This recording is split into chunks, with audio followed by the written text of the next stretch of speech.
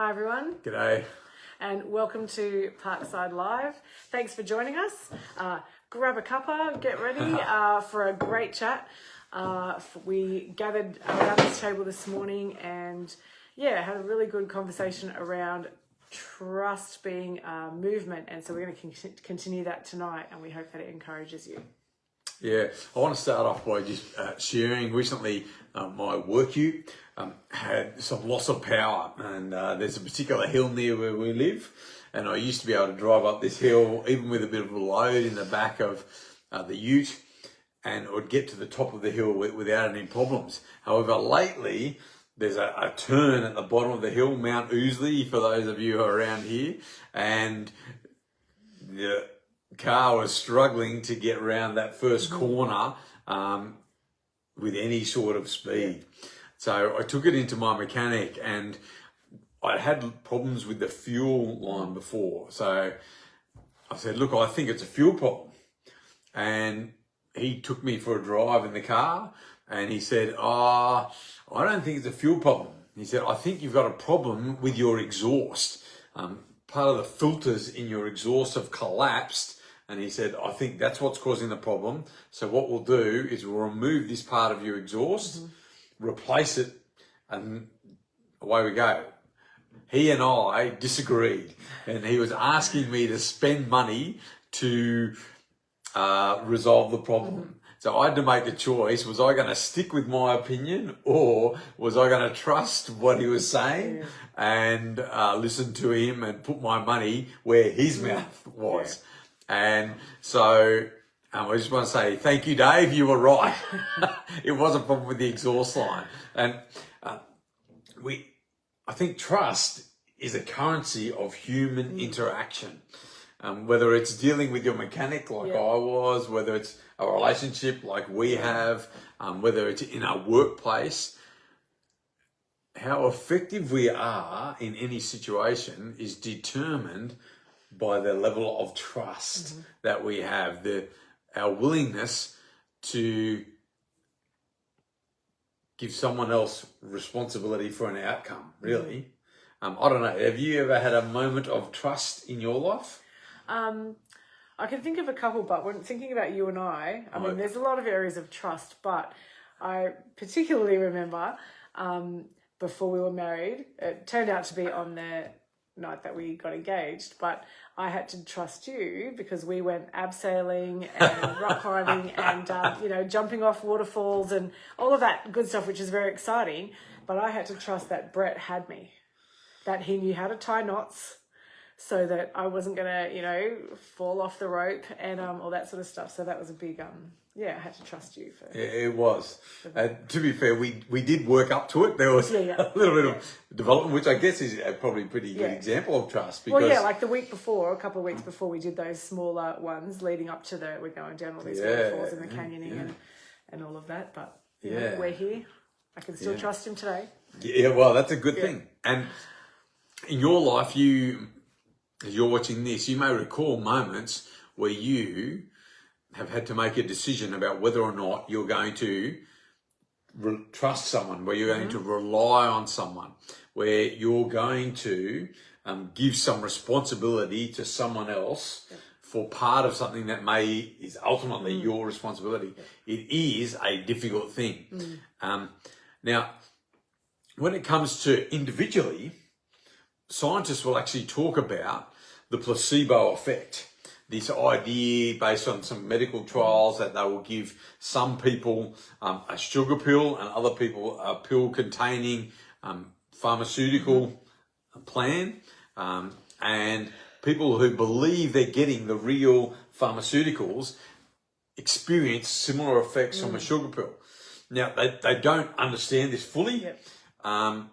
It's complex. It can depend a little bit on the environment. It can depend a lot on the individual's perception. It can depend also on the people around them. But we can recognize the power of belief.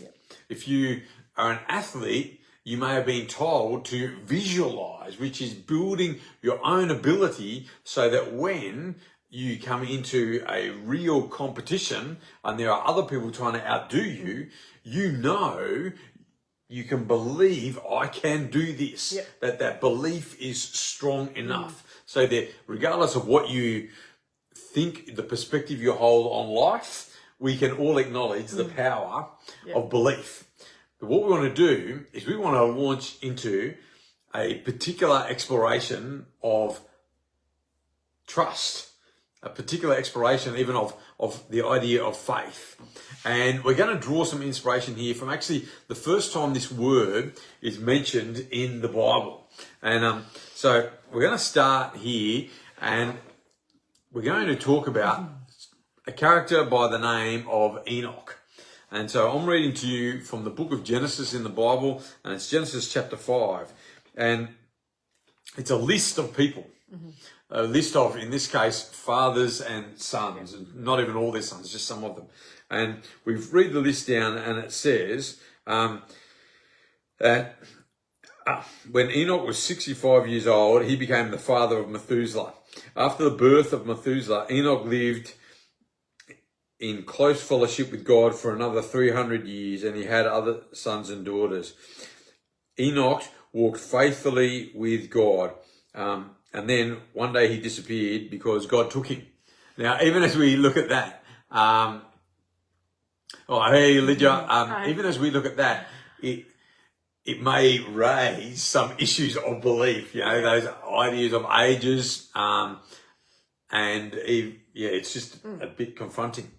But this idea here that it talks about this person who walked faithfully with God. Now, the idea of walking, back in those days, culture was actually primarily nomadic. Yeah. People didn't live in a building like we live. They moved around. And so the idea of walking was actually how you lived your life. Now, tonight, you took our girls on a walk this afternoon. When you walk, you're actually moving with someone. Yeah. It is not static. And I love this idea that when we talk about faith, we're talking about moving in a particular direction. Yeah. And as you watch this, you may have come from some kind of religious circle where faith can actually mean affirming some ancient beliefs. Mm-hmm. It's not about movement. It's actually about standing still on certain things. Now that is important, but it's not the whole picture. Mm. And we see here that faith, that trust is actually about movement. If I say that I trust you and yet never give you the keys to the car, do I really trust you? No. Or like if in our example, I trust you fully, but I'm not going to put my weight on this rope. I'm not going to follow you down the waterfall. Yeah. I'm not showing that I trust you at all. Yeah. If you're at work and your boss says, I trust you, and yet doesn't give you access to the finances that you need to complete your job, you kind of question whether that statement has any weight here. And even when it comes to us saying that I'm a person of faith, a lot of people say that, that should be identifiable not by the ideals that they aspire to, but by the way that they live their lives. And as we explored this idea of faith, I wonder, how does trust play out in your life? Am I living a life that people can stand back and say there's something different because of not what they say they believe, but because of how they live? Mm-hmm. And there's a lot of freedom there. We've got 2 sentences about this particular character to describe a whole life. Yeah. And yet what was said was this was a life that was full of faith. And the other thing that I like about this particular example is that when we're talking about faith, we've already spoken about how me having faith can make a difference in my life. And that does matter. Some people will even draw on the scriptures. I've lost track of the number of sports people that quote Philippians 4:13, I can do all things through him who gives me strength. And it seems a bit more like motivational speaking than trusting someone. And I think that can be powerful, but yet we see here that when Enoch walked faithfully, he's also described as walking in close fellowship, closely sharing life with his creator. And so this is not just simply about, I can do it, but it's about, I'm actually placing my trust in someone else, the creator of the universe. And I think that is beautiful and powerful. As we move through our lives, we make choices. You, still can't believe this, chose to trust me dangling at the end of the rope. It was all part of my cunning plan. No, but you do, right? We make choices.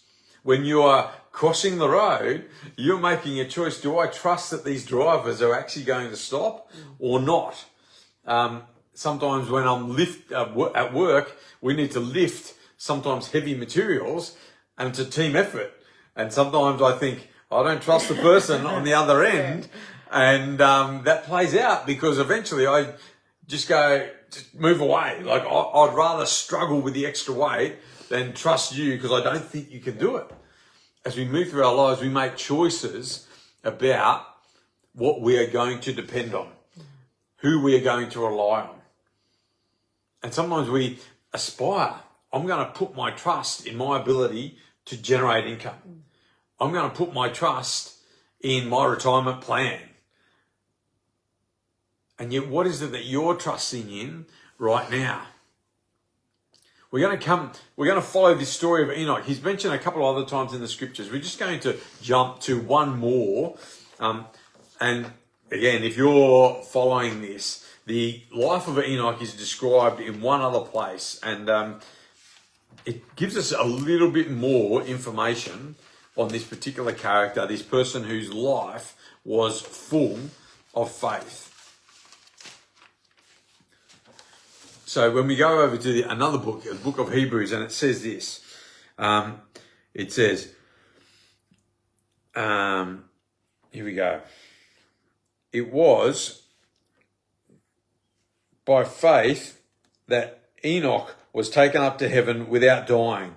He disappeared because God took him.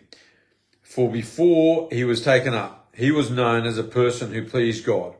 And it is impossible to please God without faith. Anyone who wants to come to him must believe that God exists and that he rewards those who sincerely seek him. And there's a sentence there that may be hard to handle. And it just says this. It says that by faith, Enoch was taken up to heaven without dying. And they're saying, if you go and look for this person, you won't find the grave. He's not there. And I want to acknowledge that right now for some of us, that's hard to hear because we have people that we love and we know that the grave is there. And when we speak about trusting, you may even be saying, I trusted, I believed. Mm-hmm. So what happened here? What's the difference between me and this person? And I want to tell you that when we struggle with the idea of faith, some of us have been accused, some people have been told, you don't believe enough. Mm-hmm. And that's why this didn't work. And yet, I want to tell you that faith is not something that we have to clench our fists and clench our teeth and sum up.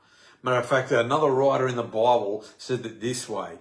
Paul, writing to the Ephesians, says that you are saved by grace through faith. And this is not from yourselves. It is the gift of God, not by human effort, so that no one can boast. And I want to tell you that if you're exploring the idea of faith in your life, that it is a free gift of our Creator.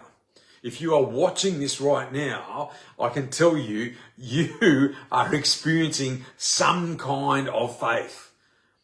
I don't know what it is. It is a mystery, but I can tell you that it is there.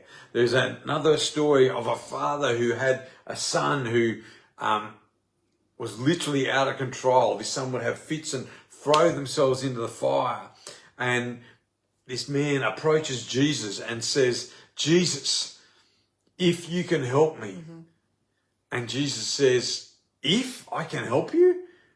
And the man says this, I believe, help me overcome my unbelief. And I want you to know that if you are someone who wants to believe more, that it is simply a matter of turning to the one who gives life, the one who freely gives faith, and acknowledging, I want to believe more.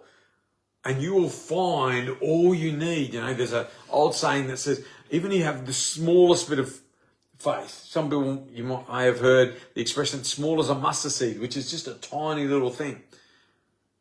A tiny bit of faith that you can see God do amazing things. But the thing that I love most about this is it says that this person Enoch, this person who lived a life that was so full of faith, earnestly searched for God. Have you ever asked God for something? Yes. Can you share maybe something that you've asked? I've asked him to heal people. Yep. And myself. Yep. So that's been a big ask. Yeah. When I was diagnosed with cancer. Yep. And my mum was also diagnosed with cancer. Yep. Yeah. Different answers. Yeah. Yes. Yeah. Yep. And I know in my experience, I've seen God heal. Yep. I've experienced when He hasn't healed. I've seen God resource people and projects. Yeah. And I've seen people and projects go wanting for money. I don't fully understand it. But when we are connected with the life giver of the universe, it can be easy just to come in with our shopping list and say, this is what I want. Yeah. And yet what we see here, that a life that is full of faith begins with seeking an encounter with the life giver beyond our needs. And we're human beings. We all have needs. We all have wants. And yet there is something about our connection with the Creator that is what faith is about. I think that's the beautiful thing. So it's the beautiful thing about, when we're talking about the things that, we might have faith for, but we, don't always get the answers we want if we're going to God. I think that having that connection with God means that even in those moments we can still have faith. We can still trust Him for the next time, but I'm trusting that He is good. But we can only do that if we have, like Enoch did, that connection, that continual walk with Him. Yeah. Because it's as we get to know Him. But even in each situation, probably still coming back to, I believe, help my unbelief, because I'm wanting to believe, but I'm not sure. Yeah. Yeah, it's beautiful, isn't it? That our experience of faith is actually, I think, related more to our vulnerability than projecting some kind of invincibility. That we encounter God more when we acknowledge our need than when we say, no, I can do this, know. And I want to invite you to experience a greater faith.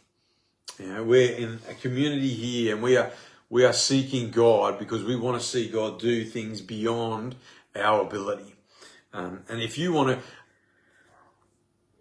increase your experience of faith, if you want to increase the expression of faith in your life, we want to invite you to just follow this path here, to follow the life of Enoch and begin a life that says, okay, God, I am going to move towards you. I'm going to trust you. I'm going to move towards you because I want to see you. And as we see God in our lives, in our families, in our workplaces, that we will start to see God at work. Yes. But it begins with that encounter. And if that's something that you are ready for, then we want to invite you to just pray this simple prayer. And that is, Jesus, I give you my life. Give me your life. To make that statement, I am trusting in you. I will rely on you. I want you to become more a part of my week. And if that's a decision that you are ready to make as you're watching this, then we invite you to join us right now. Let's pray those two simple sentences together. Jesus, I give you my life. Give me your life. Jesus, I give you my life. Give me your life. And as you pray that prayer, you will begin to experience what it means to move with a life that is full of faith. to experience Jesus in your life and to see him at work in the world around you. And if you prayed that prayer, then we would love to support you on the next step in that journey. Please drop us a comment, send us a DM. If you're in Southwest Sydney, we'd invite you to join us with other friends around this table on a Sunday morning. Thanks for tuning in. God bless. Bye.